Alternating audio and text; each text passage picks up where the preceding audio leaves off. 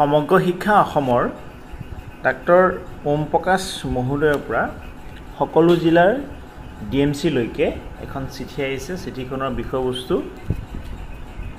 বিদ্যালয় পৰিচালনা সমিতিৰ ত্ৰৈমাসিক কোৱাৰ্টাৰলি এছএমচি সভা আয়োজনৰ সন্দৰ্ভত।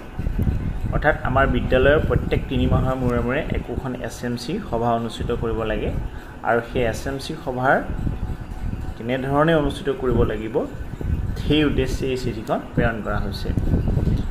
মহোদয়ে ওপৰত উল্লেখ কৰা বিষয় সন্দৰ্ভত সকলোৱে জ্ঞাতাৰ্থে জনোৱা হয় যে আপোনাৰ জিলাৰ সকলো চৰকাৰী প্ৰাদেশিকৃত বিদ্যালয়সমূহত বিদ্যালয় পৰিচালনা সমিতিৰ ত্ৰৈমাসিক এছএমচি সভা অনুষ্ঠিত কৰিবৰ বাবে প্ৰয়োজনীয় কাৰ্যসূচী সংলগ্ন কৰা হ'ল। সেয়েহে আপোনাৰ অধীনত থকা বিদ্যালয়সমূহৰ সংলগ্ন কৰা কাৰ্যসূচী অনুসৰি 2025-26 বৰ্ষৰ তৃতীয় চতুৰ্থ সপ্তাহত প্ৰতিটো ত্ৰৈমাসিক বিদ্যালয় পৰিচালনা সমিতিৰ কোৱাৰ্টাৰলি এছএমচি সভা অনুষ্ঠিত কৰা সন্দৰ্ভত নিৰ্দেশ দিবলৈ জনোৱা হ'ল।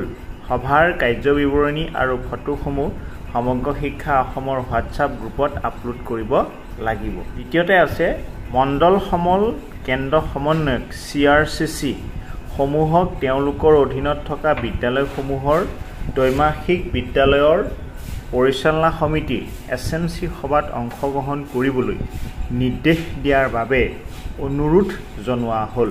অৰ্থাৎ ডিষ্ট্ৰিক্টৰ ফালৰ পৰা এছএমচি মিটিংখনত বা পৰিচালনা সমিতিৰ মিটিংখনত সেই মণ্ডলৰ CRCC জনকো সেই সভাত অনুষ্ঠিত কৰোঁতে উপস্থিত থাকিবৰ বাবে ডিষ্ট্ৰিক্টৰ পৰা CRCC লৈকে নিৰ্দেশনা প্ৰদান কৰা হৈছে। এতিয়া সকলো বিদ্যালয়ে এই জুন মাহৰ ভিতৰতে প্ৰথমখন ত্ৰৈমাসিক এছএমচি সভা অনুষ্ঠিত কৰিব লাগিব।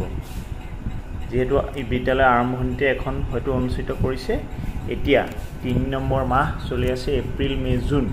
এই জুন মাহৰ তৃতীয় সপ্তাহ বা চতুৰ্থ সপ্তাহৰ যিকোনো এটা দিনত বিদ্যালয়খনে পৰিচালনা সমিতিৰ এখন সভা অনুষ্ঠিত কৰিব লাগিব আৰু সেই সভাখনৰ ফটোসমূহ সংগ্ৰহ কৰি ৰাখিব লাগিব আৰু ইয়াৰ কাৰ্যবিৱৰণী ভালধৰণে প্ৰধান শিক্ষক অৰ্থাৎ সচিবজনে ভালদৰে যুগুতাই ৰাখিব লাগিব। কথাখিনি এইখিনি আছিলে, আশা কৰোঁ আপোনালোকে বুজি পাইছে।